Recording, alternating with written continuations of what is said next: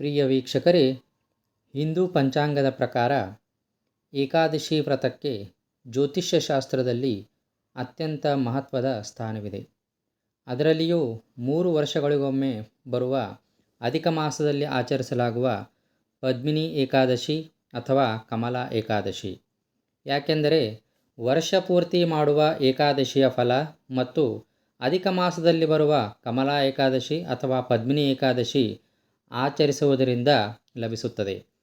ಹಾಗಾದರೆ 2026ರ ಅಧಿಕ ಮಾಸದಲ್ಲಿ ಬಂದಿರುವ ಈ ಏಕಾದಶಿಯು ಯಾವಾಗ, ಆಚರಣೆ ಹೇಗೆ ಹಾಗೂ ಇದರ ಮಹತ್ವವನ್ನು ತಿಳಿದುಕೊಳ್ಳೋಣ. ಈ ವರ್ಷವು ಮೇ 26, 2026ರ ಏಕಾದಶಿ ತಿಥಿಯು ಮುಂಜಾನೆ 5:10 ಪ್ರಾರಂಭವಾಗಿ ಮೇ 27ರಂದು ಬೆಳಗ್ಗೆ 6:21 ಮುಕ್ತಾಯಗೊಳ್ಳುತ್ತದೆ.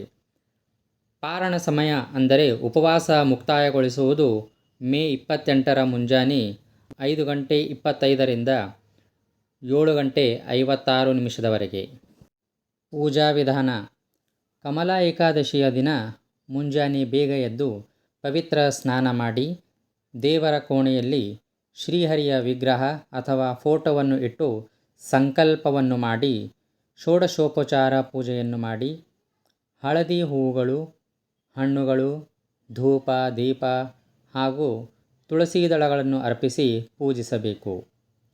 ದಿನವಿಡೀ ಉಪವಾಸವಿದ್ದು ವಿಷ್ಣು ಸಹಸ್ರನಾಮ ಪಠಿಸಬೇಕು ಮತ್ತು ಕಮಲಾ ಏಕಾದಶಿ ವ್ರತ ಕಥೆಯನ್ನು ಕೇಳಬೇಕು.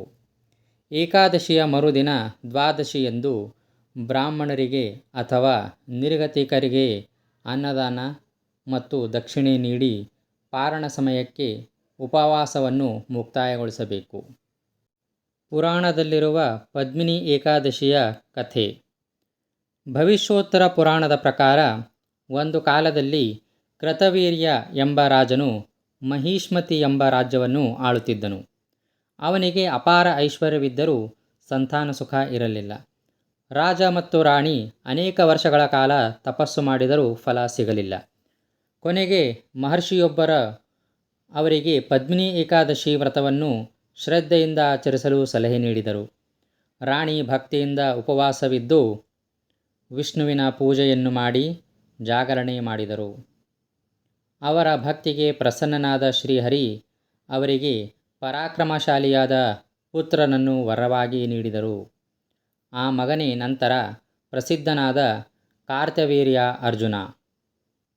ಪದ್ಮಿನಿ ಏಕಾದಶಿಯ ಫಲಗಳು: ಪದ್ಮಿನಿ ಏಕಾದಶಿ ವ್ರತವನ್ನು ಆಚರಿಸಿದರೆ ಪಾಪಗಳ ನಿವೃತ್ತಿಯಾಗಿ ಮನಃಶಾಂತಿ ಮತ್ತು ಆಧ್ಯಾತ್ಮಿಕ ಪ್ರಗತಿ ದೊರೆಯುತ್ತದೆ.